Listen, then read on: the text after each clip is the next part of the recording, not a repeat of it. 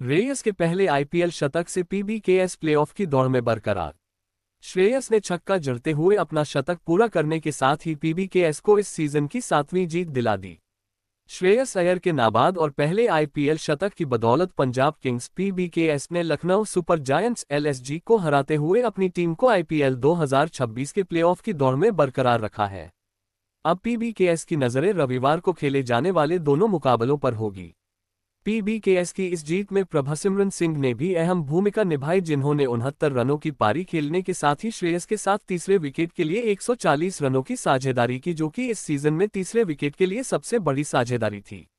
दोनों बल्लेबाजों की इस साझेदारी ने मुकाबले में पीबीकेएस को काफी आगे कर दिया था और पीबीकेएस के लिए जीत महज औपचारिकता ही रह गई थी।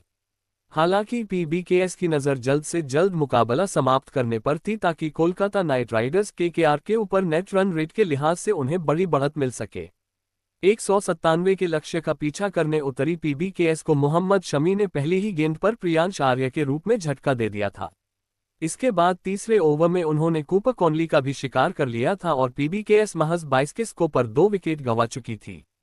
लेकिन इसके बाद श्रेयस ने आते ही आक्रमण शुरू किया और प्रभसिमरन के साथ साझेदारी पनप गई। श्रेयस और प्रभसिमरन के बीच 58 गेंदों पर शतकीय साझेदारी पूरी हुई। प्रभसिमरन अर्धशतक लगा चुके थे और श्रेयस भी अपने अर्धशतक के करीब थे। हालांकि प्रभसिमरन को अर्जुन तेंदुलकर के खिलाफ जीवनदान मिला था, जब ऋषभ पंत ने उनका कैच छोड़ दिया था। प्रभसिमरन ने तेंदुलकर की शॉर्ट गेंद को हुक किया था और गेंद पंत के दस्ताने पर लगकर छिटक गई। जब प्रभसिमरन को ये जीवनदान मिला था तब वह मात्र 20 के स्कोर पर थे। 14वें ओवर में प्रिंस यादव के खिलाफ प्रभसिमरन के जोरदार शॉट पर आयुष बदोनी ने कैच लपका था, लेकिन रिप्ले में टीवी अंपायर ने पाया कि गेंद जमीन को टकरा गई थी। इस समय प्रभसिमरन 62 के स्कोर पर थे और पीबीकेएस 139 रन बना चुकी थी। प्रभसिमरन 69 के निजी स्कोर पर तेंदुलकर की सटीक यॉर्कर का शिकार बने और अंपायर ने भी लेग बिफोर की अपील पर उंगली खड़ी करने में देर नहीं की। हालांकि तब तक 15 ओवर में पीबीकेएस 162 रन बना चुकी थी और श्रेयस लगातार आक्रमण कर रहे थे। पीबीकेएस ने टॉस जीतकर पहले गेंदबाजी का फैसला किया था और मार्को यानसन और विजय कुमार वैश्यक की वापसी हुई थी। वहीं एलएसजी के लिए मिचेल मार्श उपलब्ध नहीं थे, क्योंकि वह ऑस्ट्रेलिया वापस लौट चुके थे। तेंदुलकर एलएसजी के लिए डेब्यू कर रहे थे और शमी के साथ अश्विन कुलकर्णी को मौका दिया गया था।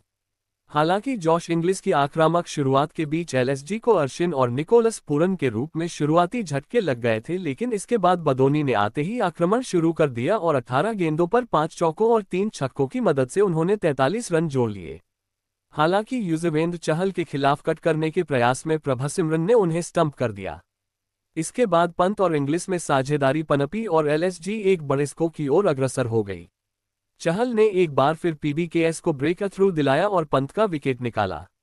इसके बाद शशांक सिंह ने इंग्लिश को 72 के निजी स्कोर पर पवेलियन चलता कर दिया। एलएसजी 17 ओवर में 5 विकेट के नुकसान पर 169 रन बना चुकी थी। इंग्लिश के पवेलियन लौटने के बाद अब्दुल समद ने नाबाद 37 रनों की पारी खेलते हुए एलएसजी को 196 के स्कोर तक पहुंचाया, लेकिन यह एलएसजी के लिए नाकाफी साबित हुआ।